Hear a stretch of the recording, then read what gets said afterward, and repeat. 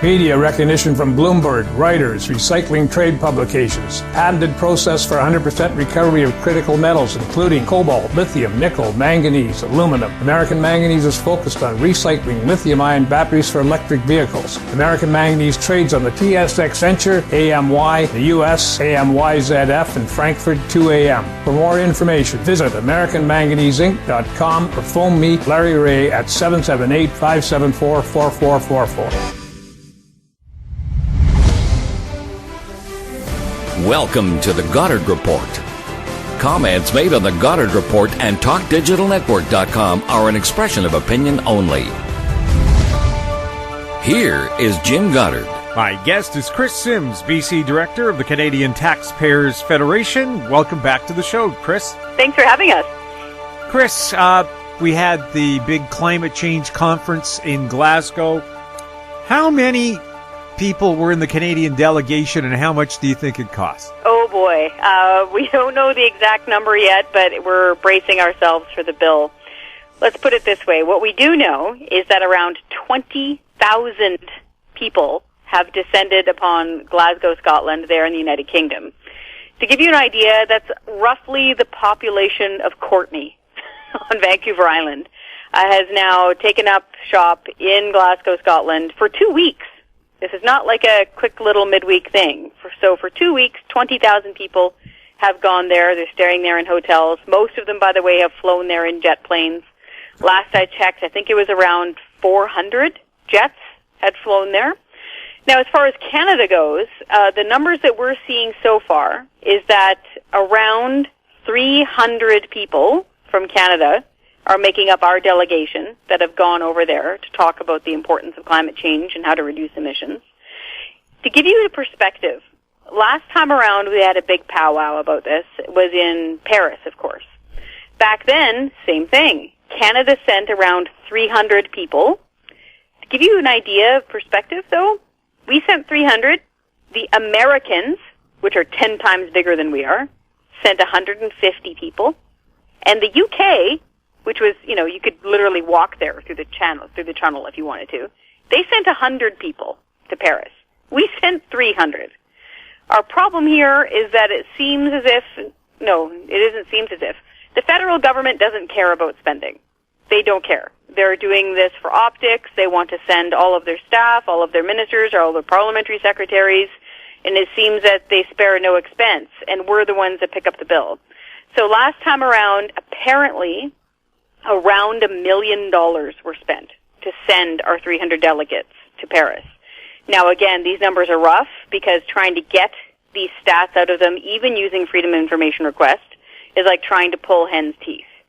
So we're already sending in our Freedom of Information requests this time around, so we're going to be able to find out what the bills are, generally, for sending this many people to Glasgow, to Scotland. And I'm in particular, I want the big numbers. I want to know exactly how much it costs to send all those people and all those jets and all those hotels. But when it gets down to personal stuff, quite often these very privileged, very rich, very elite, powerful bureaucrats and politicians around the world will say things like, you should eat less meat, or you should, turn the thermostat down, and you should stop using oil and gas. I'm curious to know what their menu looks like over there, because I'm willing to bet that it involves things, fancy stuff, like steak and shrimp and rare cheeses from around the world that are imported and have to be kept at the right humidity, the whole bit. It's the classic do as I say, not as I do, and that is what really leads people to distrust their leaders and to distrust the powerful, and that's where we get back to accountable government. We can't have politicians and bureaucrats behaving this way, or it completely erodes trust in the system. Well, we saw that thing in Victoria where the speaker and the sergeant-at-arms were spending money like crazy. It's still under investigation. I don't know if charges have been laid there.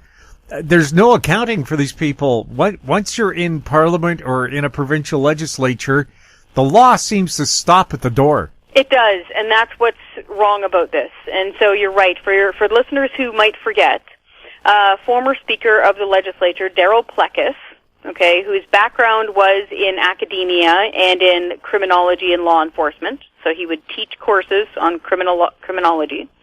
He became speaker, and according to him, he quickly said that he saw what he saw to be abuse of taxpayers' money and misspending by the then clerk and the sergeant-at-arms. So he started keeping tabs on all the trips and all the spending, and the spending is mind-boggling. I encourage anybody, Google this. Google, BC Speaker Report, because he did 2 big bombshell whistleblowing reports on this, where he kept receipts and he showed what was being spent. Everything from, a fancy man's watch to designer luggage to video cameras, still photography, a wood splitter, a $10,000 trailer to pull the splitter in. It's just a disgusting amount of waste of taxpayers' money. And so the only reason we knew about this is because he blew the whistle. Because up until now, if you can believe it, the officers of the legislature in Victoria, so that means the people in the funny little black and white outfits, the speaker, sergeant-at-arms, and the clerk, they didn't need to report what they were spending at all. They didn't need to post receipts. They didn't need to post expense reports, travel reports, nothing. So that has just changed like the last 6 months or so. And so and people were disgusted, and rightly so, because every nickel of that is taxpayers' money. And so this is the same sort of thing, is when we see folks jetting around the world, spending all of this money, and then to add insult to injury, the reason why they're going around the world is to reduce emissions, supposedly, and to tell all the rest of us to reduce emissions, that's where people stop believing you. And that's where we say politicians need to really walk the walk here. If this is truly about reducing emissions, why did they send so many people? And why didn't they have the rest of their staff just zoom in? The rest of us have gotten used to how to do a Zoom call for the past 2 years. Why weren't they relying more on that technology? Well, of course, they'll always argue you get more work done when you can meet face-to-face, and agreements are usually made over dinner or on the golf course when it comes to business. More business is done in the hospitality suite than at the actual conference. Yep. Although, but again, how much of that glass of orange juice cost? Exactly. Because we've had ministers having to resign for sucking up that $18 orange juice. Yes, exactly. And then you do a comparison to what's being spent here. That's, 16 glass of orange juice every single meal for, 2 weeks. And sure, face-to-face does matter. And so if it were just the Prime Minister and the Environment Minister going, and they were being very frugal with what they were spending while they were doing it, and they came back with practical solutions that didn't hurt our energy industry and didn't hurt people with carbon taxes to the point where they can't afford their bills, then that would be valid. But that's not what's happening. Why do so many people need to go? Like, again, perfect example, one of the most powerful countries in the world, the United States. Last time around in Paris, they sent 150 people. And they generally have been able to reduce their emissions by switching over to natural gas and not imposing a carbon tax on their people. So they were getting more results with half the people, even though they have 10 times the population. So it's not about, not showing up. It's about using your money and your time and your people wisely. China, Brazil, Russia didn't send their leaders. Yep. They account for over a third of the world's greenhouse emissions. What good is Canada going to do by forcing people here to pay $200 a tank for their car or truck? Great point, and we're going there soon. How much does Canada contribute? The number Jim just used is exactly right, because by the year 2030, which is going to be here before we know it, that's within 9 years, folks, it's going to cost you close to $200 to fill up your light-duty pickup truck. So that's what it's getting close to because of the carbon tax increases. And that's with today's price of oil. That's not even factoring in any potential jumps in the price of oil or other taxes possibly going up. We put out a report on that just a couple of days ago at the Canadian Taxpayers Federation. And your point is well made. Our population is tiny, and we live in a huge, sparsely populated, very cold northern country. And so, as has been pointed out repeatedly by well-meaning scientists who care about climate change, even if all of us stopped everything, if, say, for example, we wouldn't freeze or starve to death, just say magically we could, stop absolutely everything, it's still less than 2% of the world's global emissions. And that's not factoring in the carbon sink of our massive forests. And so that's not to say we shouldn't do something. That's not to say we shouldn't be careful and clean our environment to protect our rivers and streams and all of that, and clean our air, all of that. But it wouldn't actually stop global emissions. The big players here are the big end of the arithmetic, like you just said, the densely populated places such as India, China, and Russia. India, for example, we can deal with them most easily because they're a democracy and we have a lot in common. They're asking to buy our natural gas directly. They want to buy our natural gas. Hundreds of millions of people in India right now rely upon animal dung, wood scrap, and old coal to heat their homes and cook their food. And we're not asking them to stop. They need to heat and eat. We get it. But the government of India is asking to buy Canada's natural gas. That would dramatically reduce their global emissions. Like, that would tackle the big end of the arithmetic, as they say. So if folks are truly worried about emissions, and that's what the issue is, then try to do that instead. Whereas carbon taxing people here in British Columbia, especially with the highest carbon taxes in North America, isn't working. That's not doing anything.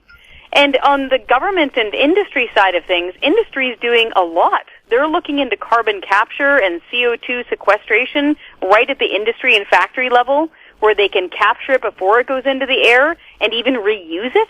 Like, there's lots of innovation happening without carbon taxes becoming a factor. I saw a satellite picture where they're looking for methane emissions. Russia's natural gas pipelines leak more than a sieve, and nothing over Canada, nothing over the U.S. Yeah. So we've sealed up that problem.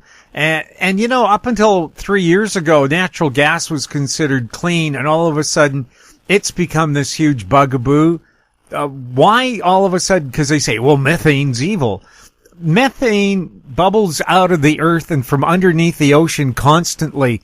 In my hometown of Peace River, Alberta, which is 600 kilometers north of Edmonton, so it is a little north, there's a sandbar that's about 15 kilometers north of the city, where in the summertime when the river's running lower, you can throw a highway flare on it and it bursts into flame. Yep. The First Nations there worship that sandbar because unexplainedly fire would just appear on it. So methane is already seeping out. Anytime you have rotting vegetation, you have methane.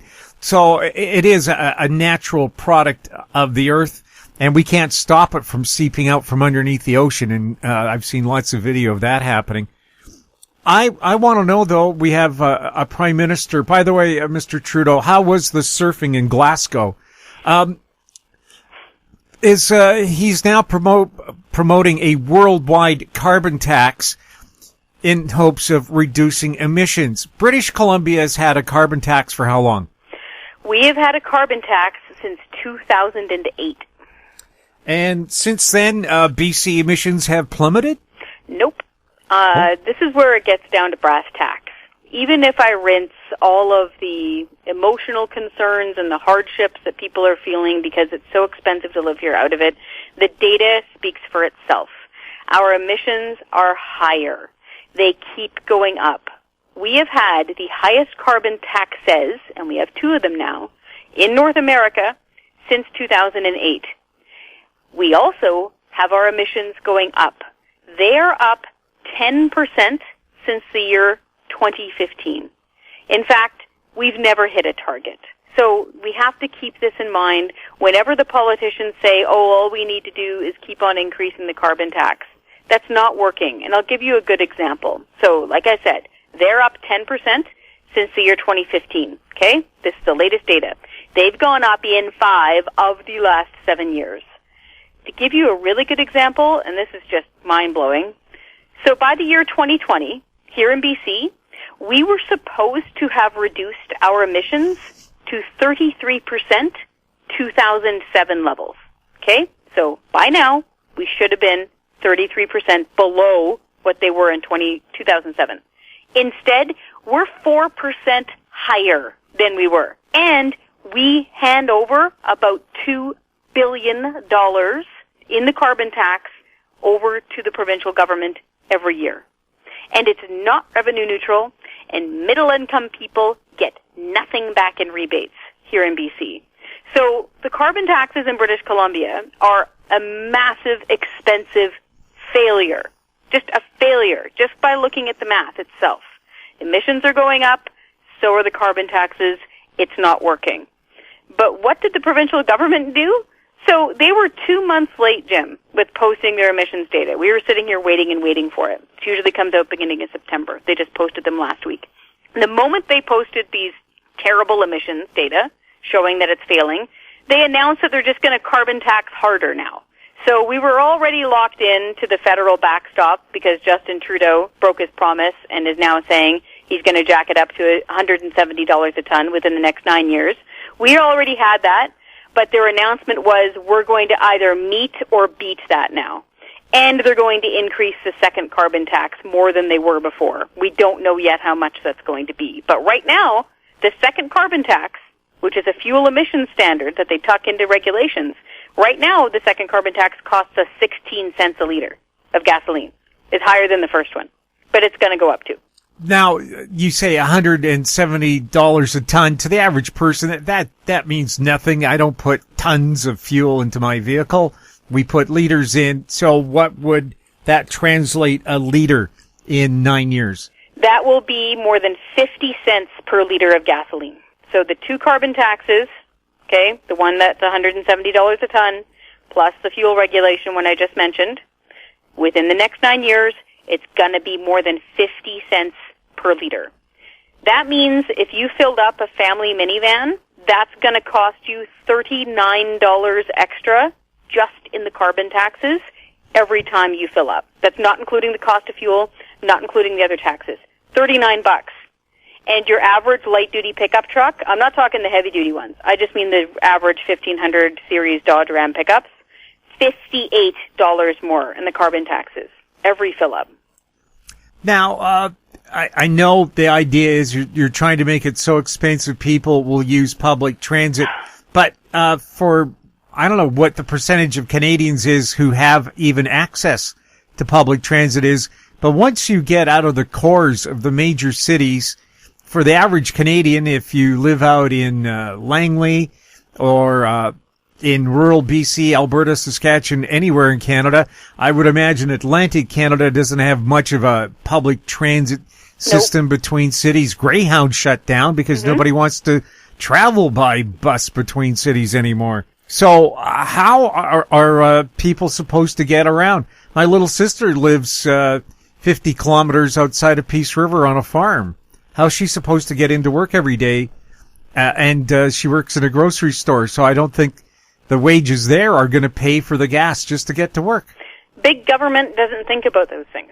They don't.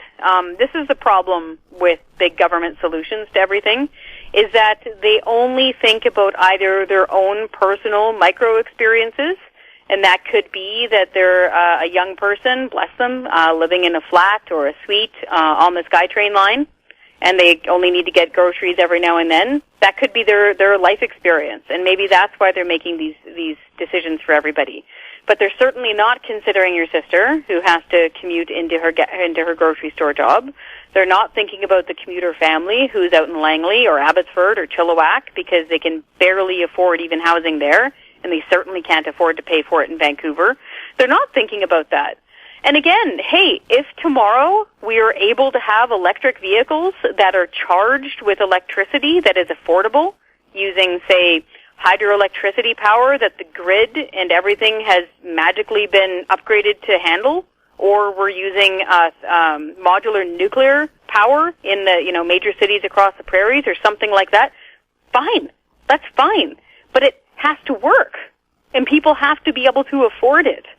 And this is where we're asking politicians and bureaucrats when they're playing SimCity on their computer and imagining these sort of like village-like utopic atmospheres where people, bicycle their able bodies to work, and they rollerblade, and they pick up, a couple of, bags of groceries and make their way home, that they think about the rest of people, that they don't just think about young, able-bodied people who live in urban settings. that they think about the folks who are not that well off, people who are differently abled, older people who need to get to doctor's appointments and complicated hospital visits, women who don't want to take public transit late at night, folks who have mobility issues, tradespeople who have lots of stuff, people with tons of kids. There's all sorts of reasons why people need to use private vehicles. And trying to punish and impoverish them out of being able to use those private vehicles isn't the solution. Because all they'll do is just keep on spending money they don't have because they have to live their lives. And so this is where we're saying, folks, if you truly want to tackle, an environmental challenge, let's do it in a way that makes sense on the big end of the equation. Ask places such as India to purchase our natural gas, which they're wanting to do, and tackle it that way. And in the meantime, go bananas working on technology that can replace these things and make it cleaner and cleaner and greener. Truly. But we don't need to carbon tax us into the poorhouse because, 1, people can't afford it, 2, people can't make changes right now, and 3, it's not working. Emissions are going up anyway. And we have politicians like Vancouver Mayor Kennedy Stewart saying we should stop all oil and gas exploration. Do they realize that oil and gas is used for more than just powering vehicles? If that's your goal, we get pharmaceuticals, petrochemicals are used for all kinds of medicine. Oh, yeah. We build electric cars using oil and gas. Yes. The mining that got all those materials for your smartphone, that was through the help of oil and gas, and we don't have electric alternatives. And I take a look at a place like Ontario where people are being forced to use electric heat because of previous government policies. They now have a choice. Do I heat my home or do I buy groceries? And that was a real thing. I actually experienced that when I lived in Ottawa. We had a small 3-bedroom house that we were renting in a suburb of Ottawa. We were super careful with our electricity use. Thank goodness we had natural gas, which was affordable for heat. And our electricity was basically to run our LED light bulbs, which I had obsessively replaced, and to do laundry at midnight, which I was doing because they have peak and off hours there. Our hydro bill was still about $400 a month. And that was without heat or anything. We didn't have to use it for heat. Lots of folks were much worse off than we are, because they had an older home or farms, things like that. A lady very famously broke down in tears when Prime Minister Justin Trudeau was doing those kind of town hall tours of Ontario. Her name's Kathy Katula. I believe she lived just outside of Peterborough. Her bill was $1,500 a month. Like, nobody could pay that. And the reason why is because the previous government of Ontario, the Liberal government of Ontario under Dalton McGuinty, whose right-hand person, by the way, was a man by the name of Gerald Butts, who was a key advisor to Prime Minister Justin Trudeau, they brought in the Green Energy Act, which was an absolute disaster. And you don't need to take my word for it. Go look up the Auditor General of Ontario, Bonnie Lysyk. She's the one that went through the books. Ontario hydro customers were overpaying by billions of dollars for energy they never used. That's because, in part, the government of Ontario signed, in some cases, 20 or 30-year-long contracts with so-called green energy companies and renewable energy companies. To give you an example of how much money they wasted by doing so, say at the time the average kilowatt-hour price was 2 cents a kilowatt-hour, okay? That's from a combination of hydroelectricity, nuclear, right? About 2 cents a kilowatt-hour. They were signing solar contracts and wind contracts in some cases worth 80 cents a kilowatt-hour. You know who was eating that 78-cent difference? It was the customer for energy they weren't using. Jim, they were even, this was mind-blowing, I didn't believe it until I saw the documents, they were even shutting down the generator of Niagara Falls. So they've had a generator there that generates electricity by magic using Niagara Falls, which is obviously a massive waterfall. They've been using that, I think it was something crazy, since like 1910 or like 1915. They were turning it off and not taking juice from it, because instead they were trying to take juice from this super expensive intermittent power of a few solar panels. And insult to injury, they were selling what they called excess power at a discount rate to New York State instead. So we'd have people calling the radio station when I was a producer there. I'd have elderly people in tears on the phone when I was screening them, saying that they had taped off most of their home. They were staying in one room. They were wearing sweaters and coats inside.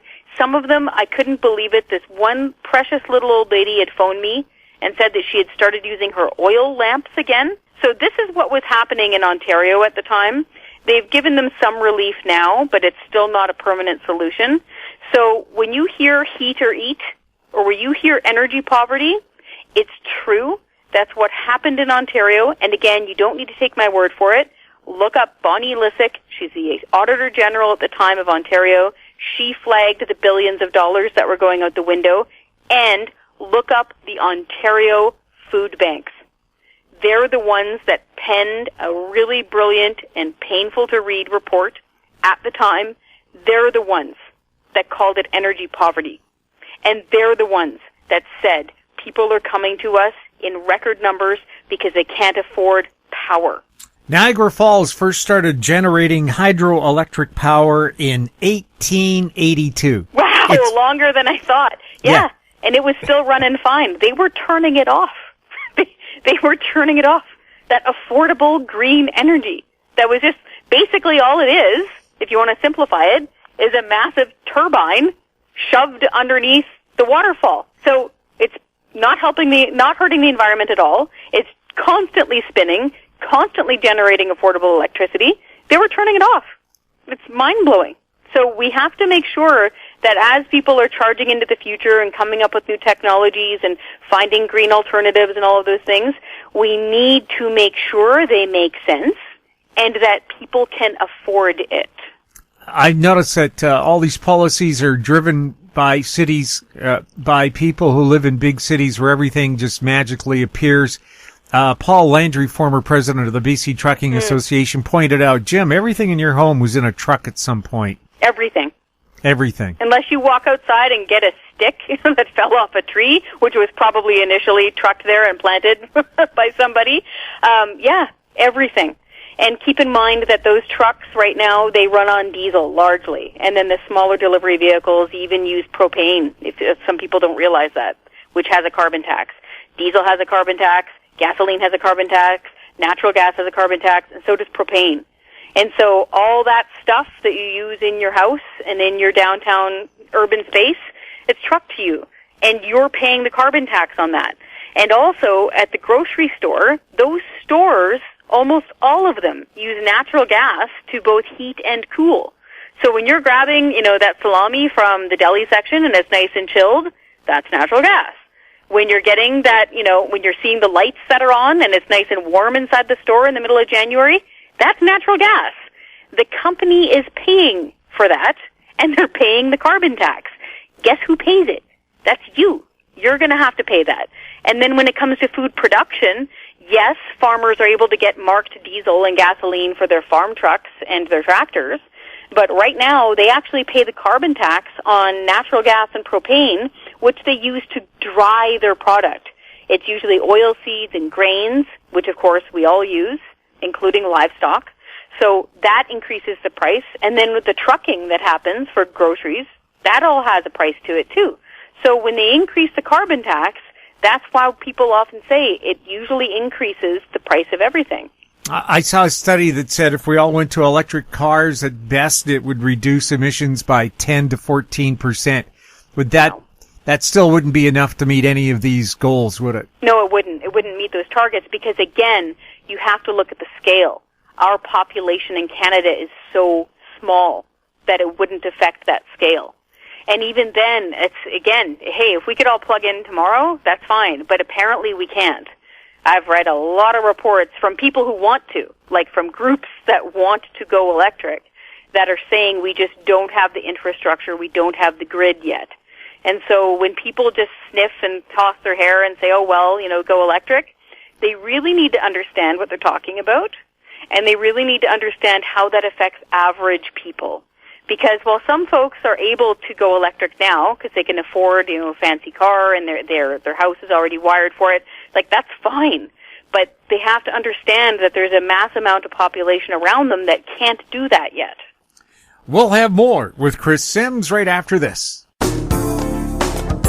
Don't miss out. Stay informed. Receive the HowStreet.com weekly recap with thought-provoking podcasts, radio, and articles delivered to your inbox. Sign up for the HowStreet.com weekly recap on our homepage at HowStreet.com. Welcome back. We're speaking with Kris Sims. Kris, BC is proposing a $25 fee for every Freedom of Information application. Is this another blow against democracy? It really is, and it's a real hindrance on transparency. And again, nothing personal. We don't care which party's in power. If it's the BC Liberals, NDP, Greens, Flying Monkey Party, they need to be accountable. They need to have proactive disclosure, and they need to cough up this information without even frankly being asked for it. But right now, the opposite is happening, unfortunately. So for folks who don't know, we have a system, Freedom of Information requests, where you can send in a request to, say, the government or a crown corporation, something like that, and you can ask for, say, an email that mentions, let's say, the BC carbon tax, for example. And I want it from the Premier's office, or I want it from the Environment Office, or Natural Resource Minister's office. And so you can make that request, saying from this month to this month of this year, look for this term in emails. And that's a Freedom of Information request. Now, if I wanted to, say, find a contract or a term sheet or an agenda, that's a different request. You have to make each of those individually. What's being proposed now is a $25 per request fee being stuck onto this. This would seriously hinder investigative journalists and average citizens' abilities to dig in and find this information. It would put a chill across newsrooms, which are already really cash-strapped, whether it's mainstream media or independent. It would really put a chill on that investigative journalism. And that's what we're saying. The Premier needs to completely back off on this. And in fact, the vast majority of this information should be proactively disclosed. That means they should already be posted on the Internet for people to see, so that you don't even have to ask for it, let alone pay for it. When John Horgan was in opposition, he was against any fees for Freedom of Information. Why change the tune now? That's what's upsetting. And so while, we wish him very well, we know that he's struggling with health right now. And so this is not picking on him as a person, but you got to be consistent, man. When you're in opposition and you're saying things like, we shouldn't be having to pay for this needs to be open and clear, you need to stick to that when you attain power, because it's the right thing to do. Now again, as of right now, if people send in a super complicated FOI request, like, I want all of these documents, 8 different ones dating back 2 years, and they mention the word, dogwood, our provincial flower. Okay. That could be very, difficult to find, and it could take a lot of time to find. It could take staff power. Right now, without any changes, they're already allowed to come back to you and ask for a fee to be paid. To say, listen, I'm going to level with you. This is going to take this many, staff hours. It's a lot of work. We actually need to boot up like an older hard drive because you're asking for stuff between, from the year 2002. You're like, we got to dig for this. Can you please pay, $10, $20, $30 for it? That already happens. And so it should be enough to reduce the so-called, nuisance requests. If people are sending in thousands of requests all at once, there's already a mechanism for that, to put the brakes on that. And so this is where this is a big head scratcher. There's no reason, there's no good justifiable reason that we have heard to justify $25 per request other than they don't want to tell us stuff. And that's a bad signal, because we need to have these fundamental tools and mechanisms to be able to hold government to account. Do you ever feel suspicious every time a government decides to put roadblocks up against information? Absolutely, because it automatically sends off your spidey sense and makes them wonder what they're hiding, right? So, for example, going back to the example of the Speaker's report that he blew the whistle on, that former Speaker Darryl Pluck has said, hey, folks, look what's going on here. Wouldn't have it been nice, and I mean this, say they hadn't needed to proactively tell us what they were spending their money on or to post their travel? What if that had been the case for 30 years and all of a sudden we suddenly had access to it? Oh, look, everybody, let's go check. Could you imagine how nice it would have been if we had found nothing? Like the whole time that they'd been acting on good faith? That would have been so refreshing. And it would have been like, well, I guess there really is nothing to see here, folks, but I'm sure glad we have access to the information now. Good on you. That would have been the end of it. But no, the moment that somebody got in there who realized what was going on and didn't approve of it and started keeping track for a year and a half straight, we found outrageous spending. Not just, hey, you spent a little bit too much, 1 year on something. No, outrageous, globe-trotting, super expensive, fancy dinners, the whole bit. And that's where we say, folks, you got to be able to have this information proactively disclosed. It's too bad that we need to ask for it, but it's human nature, and we need to have those checks and balances. Do you know if BC's opposition party, the Liberals, is against this fee? Oh, they've said that they're against the fee, and what's interesting is that, of course, now politics are coming into it. The NDP is saying one of the reasons why they are trying to put up this fee is because they say that there's too many nuisance requests coming from the opposition. And so, again, we don't care about the politics. We want the policy fixed. And so, frankly, if they're really that worried about too many requests, then flip it on its head. Post it online then. Just take all the expenses, take all this stuff, take the contracts, take all that stuff, and post it. Do it quarterly. They have to do that in most federal departments in Ottawa. You have to post what you've got. So if they're so worried about all these requests flooding in, stop making us ask for them then. And that way that'll kill two birds with one stone. The work's already being done, it's already being posted, and you don't need to have those pesky requests coming in from people like me and Bob Mackin and you and, yeah, probably a few BC Liberals. Well, again, when governments are putting up these roadblocks, they seem to think that they will be the permanent government as well. Whenever you have a majority, and Horgan's now won a couple of elections, the arrogance starts to pedal through, and it doesn't matter what political brand they are. And I've covered politics in Canada since 1975. I covered a Trudeau election as a very rookie reporter when I was 18. Right. So, I've been around for a little while, and you see it. It doesn't matter what the political stripe is. They all start thinking, I'm the natural ruling party of this particular jurisdiction, and thou shalt follow my direction without question. That's exactly how they act, and it's always folly, because everything changes in time. I forget who it was that said one could see through a solid wall if given enough time. Everything changes, and that's why these blind, judicious, fair tools of accountability that apply to everybody equally need to be put in place, and they need to be maintained, and they have to be respected, because no matter what party is at the helm, they will all be subject to it. And that's what's fair. It's the same thing that's happening federally with Bill C-10 and the Online Harms Bill. They're trying to strangle and gag and muzzle people from speaking online, and lots of folks are going along with it because they like Justin Trudeau and they approve of his view of the world and his philosophy. That's cool. That's fine.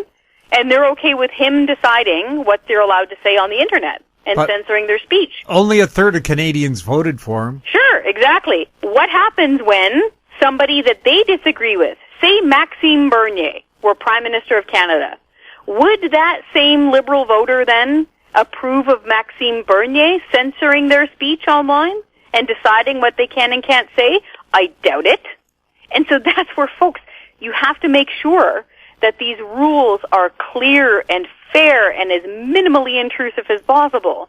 And so, yeah, same thing here in BC. They need to have these transparency tools. They have to be fundamental, and they have to be there. It's like having an auditor general. It has to be there to count the beans and not care what the political flavor of the month is. Bill C-10, Bill C-36, internet censorship, is that still in the works? Oh, it sure is. And they're putting the pedal to the metal now because, the last election basically didn't matter, unfortunately. Nothing moved. It's almost the same seat count as we had before. And so now, I don't know why I just don't know why the NDP is going along with it from the looks of it. It's going full steam ahead. And people need to speak out about it because, again, folks on the left and the right and the center, we can't have government saying what we can and can't say on the Internet. We have to stop doing this because they will muzzle your speech. And when it starts with speech, it moves on to gatherings. And when it moves on to gatherings, it moves on to political action and being able to push back and being able to protest. And I've given this example personally quite a few times. I was there in Ottawa in 2003 when then former President of the United States, George W. Bush, led the U.S. invasion of Iraq. As folks remember, there were quite a few protests against that invasion. One of those protests was a huge one on Parliament Hill in January. There was thousands of people at it. Because I was in Ottawa, I was keeping track of all that stuff. One of my jobs was to monitor the news, and I walked around and I saw stuff. The vast majority of the organization that was going on for those anti-war protests was happening online through mostly left, not all, some of them were libertarian, but mostly left of center groups on the Internet, on message boards, on social media, posting back and forth. It was all open to the public. Everybody could read it. And that's how they organized that protest. A few weeks after the massive protest, then Prime Minister Jean Chrétien stood up in the House of Commons and said, we're not going. Canada's not joining the war in Iraq. We're going to Afghanistan. We're already there, but we're not doing this part. That might have been different. Who knows? If they had had no protests or no ability to express themselves on the Internet and to organize those largely left-wing groups, then maybe, who knows, history might have been different.